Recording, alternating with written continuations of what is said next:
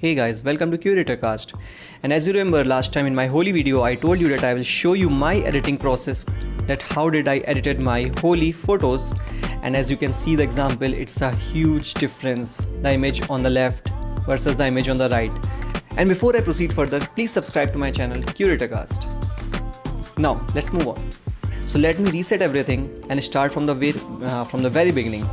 Now the first thing is that I would like to increase my exposure because this is a evening time scenario, so I'm increasing my exposure, not too much, only until unless highlights and shadows both are preserved. And I would like to increase my contrast a little bit because the image which you are looking at is too flat, so maybe a little bit here I would like to keep my contrast. And now coming to the highlights, I would like to reduce my highlights because from this top corners the highlight is kind of bleeding. Once I will increase all the other features, the highlights would bleed. As you can see, I can go down as much as possible, but then again it would reduce some highlights on the face, body, hands, so I would keep it somewhere around, let's say 45 maybe. And shadows is something which I would like to increase, so the shadows I would increase up to maybe, this is too much I think because everything is overexposed, so maybe somewhere around 65 or something, maybe let's keep it till 60. Now whites, again I will reduce a little bit because I will let you know why I am reducing whites. Just wait for a second. And then blacks, again I would not like to interfere much, I can reduce it, it looks good, but let's not change the blacks. Texture and clarity I would leave them as it is. And now you see a bit haze on this whole photo, so I would reduce that haze by increasing the haze to maybe plus 13. It looks good. And this photo is still a bit flat, I mean I'm targeting a bit more of a saturated photo, so I will increase the vibrance of the surrounding to, let's say 60. It looks good. And saturation I will leave as it is. Now let's move on to the next part, because as you can see it has quite a bit of noise to it because I was shooting it in ISO 100, but I was shooting it in the evening time, so I have increased the exposure, I have increased the shadows, which increases the noise. So let's denoise the image. So first of all, let's say luminance to around somewhere in the middle, a bit contrast somewhere around here, and masking a bit more aggressive. It would reduce our sharpness a little bit, but I find this okay. So now you see the noise has been significantly reduced. If I deselect this, you see huge difference. And let me turn it on again. So it might not be visible in the YouTube video, but it has been reduced significantly. Now coming to the next part, I don't want to change much how I shot this, but if you want a bit warmer tone you can increase, or if you want a cooler tone you can decrease a little bit here. But since I'm shooting in the evening, I want that warmth, I want that glow, so I would reduce. This was the original, and I would increase a little bit of temperature. And tint, this is where I am comfortable with the tint. So we have a photo which is way different than it was earlier. Now I would tell you the trick, my special editing trick.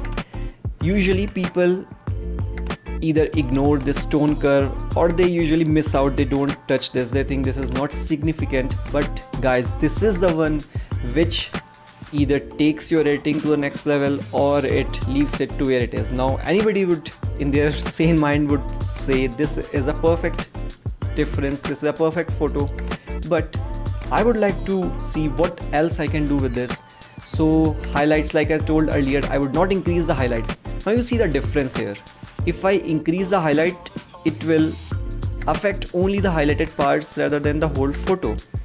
So if I go up, so like I was saying that let's see the difference between the highlights which I can increase from here and the highlights which I increase or decrease from here. If you see, the whole photo gets affected if I increase the highlights from here, and that's where the curves come into picture, because when I increase the highlight it usually affects the area.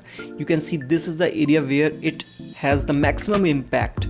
So I would increase my highlights because I want this photo to bit on a brighter side, and let's say I keep it somewhere around here.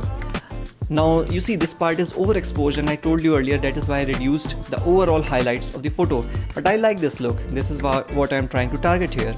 And now if I increase the light, you will see a glow in the overall photo, and this is nothing as compared to increasing the exposure or anything. And don't you believe that? Let me reset this and let me increase the exposure. If you see closely, you will see a different effect happening when I increase the lights, because it's targeting only certain part of the curve. So let me leave it somewhere around this, and I want the image to be on the darker end, some sharp corners, some sharpness, some depth. So I would reduce my darks a little bit around here. Now this is the original one.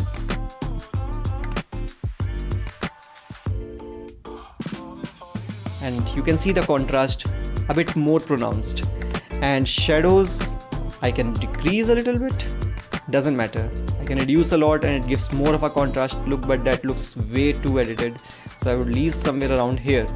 Now this is a big difference, as you can see, from the left and right, and so I would do you a favor.